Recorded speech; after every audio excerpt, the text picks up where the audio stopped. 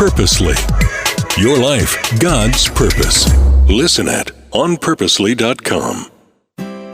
The key to forgiving others is to stop focusing on what they did to you and start focusing on what God did for you. Wise words from Max Lucado. It's kind of like when you're in your car. You're not always looking in the rearview mirror, just a little bit. Most of the time, you're looking ahead out the windshield. Welcome to the Bible for Busy People. I'm Erica, and we are talking about forgiveness this week and how it is a prescription. It does feel like taking medicine when you first apply it to your life, to your heart. But then, just like an antibiotic works, it starts to heal you. You know, when I was a little kid, I remember the amoxicillin, the pink liquid in the fridge. It was my least favorite thing to have to take. I just still can smell it when I talk about it right now. But after a couple of days, when I started to feel better, I thanked God for it. Even in my little heart, I knew that that medicine did the work it was supposed to do. And our God, who is kind and loving and who never, ever wants to hurt us, he knows that that's how forgiveness works too. Last time you and I studied the lives of Esau and Jacob, twin brothers, and there was bad blood between them, and rightfully so.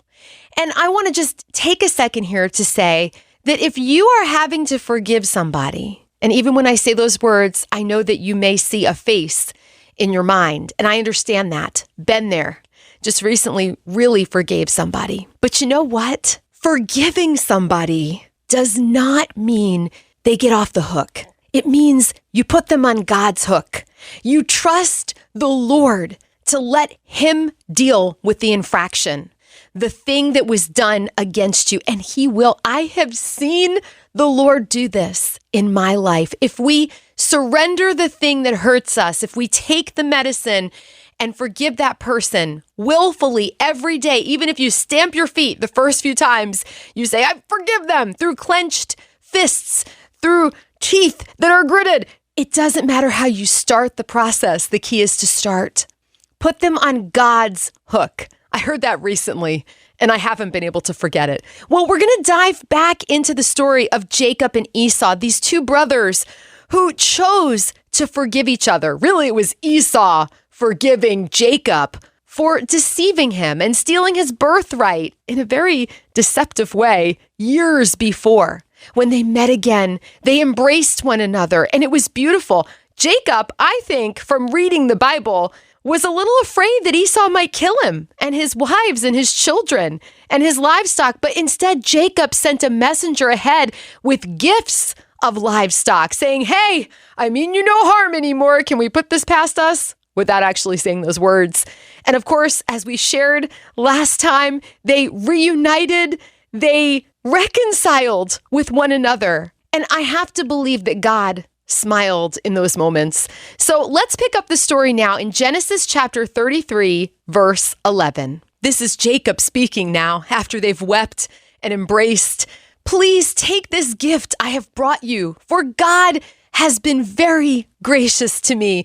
I have more than enough. And because Jacob insisted, Esau finally accepted the gift. Well, Esau said, let's be going. I will lead the way. But Jacob replied, you can see, my lord, that some of the children are very young, and the flocks and herds have their young too. If they are driven too hard, even for one day, all the animals could die. Please, my lord, go ahead of your servant. We will follow slowly at a pace that is comfortable for the livestock and the children. I will meet you at Seir.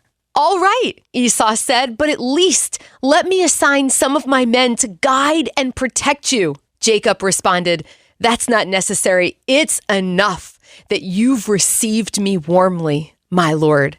To think of these two brothers who for a time surely hated one another, despised one another, especially Esau, because he was so angry and hurt by what Jacob did to him. To see them speaking so graciously to one another is beautiful. And it shows you that reconciliation is possible even in the most impossible circumstances. Picking up the story now in verse 16. So Esau turned around and started back to Seir that same day. Jacob, on the other hand, traveled on to Succoth. There he built himself a house and made shelters for his livestock. That is why the place was named Succoth, which means shelters. Later, having traveled all the way from Paddan Aram, Jacob arrived safely at the town of Shechem in the land of Canaan. There he set up camp outside the town. Jacob bought the plot of land where he camped from the family of Hamor, the father of Shechem, for 100 pieces of silver. And there he built an altar and named it El Elohi Israel. This is what it means. The God of Israel, or mighty, is the God of Israel. Can you imagine the thankfulness in Jacob's heart? He was overflowing with gratitude and joy. And his first instinct was, I need to build an altar. I need to mark this moment. I have been forgiven. He was freed from the bondage of wondering if the relationship with his brother was irreparable. God, in his graciousness, gave Esau the grace to forgive Jacob. And God gave Jacob the courage to face Esau, knowing his brother might have wanted to kill him. He didn't know. It is such a gift to give and to receive forgiveness. It's like a hug.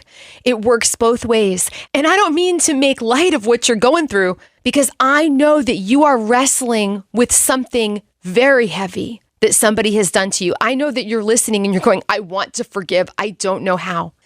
So often, it's in the hardest places that God meets us. And he says, let me do the heavy lifting. It's like Corrie ten Boom, one of my favorite people who ever lived. Her family hid the Jews during World War II, and they saved hundreds of lives with the help of God and his angels. And after the war, she was faced with one of the Nazis who was unkind to her sister, Betsy, who died in the camps.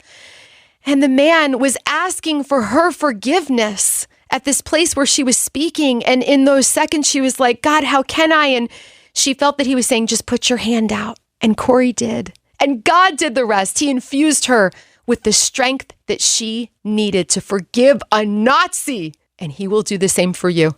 The God of Corrie ten Boom is your God and my God. Until next time, you are loved. Thank you for making time for the Bible for Busy People today. If being part of this community is a blessing to you, it's super easy to share this podcast with someone you love. We're all about spreading the hope of Jesus like butter. So if you've got a moment to write a review, boy, we'd really appreciate that. Maybe you need a little prayer today, or you're ready to take that next step with God. I invite you to check out our show notes. You're going to find lots of encouragement there. This podcast is one branch on a tree called Purposely, a podcast network designed with practical podcasts to help you find and thrive in God's purpose for your life. If you've got a pulse, you've got a purpose.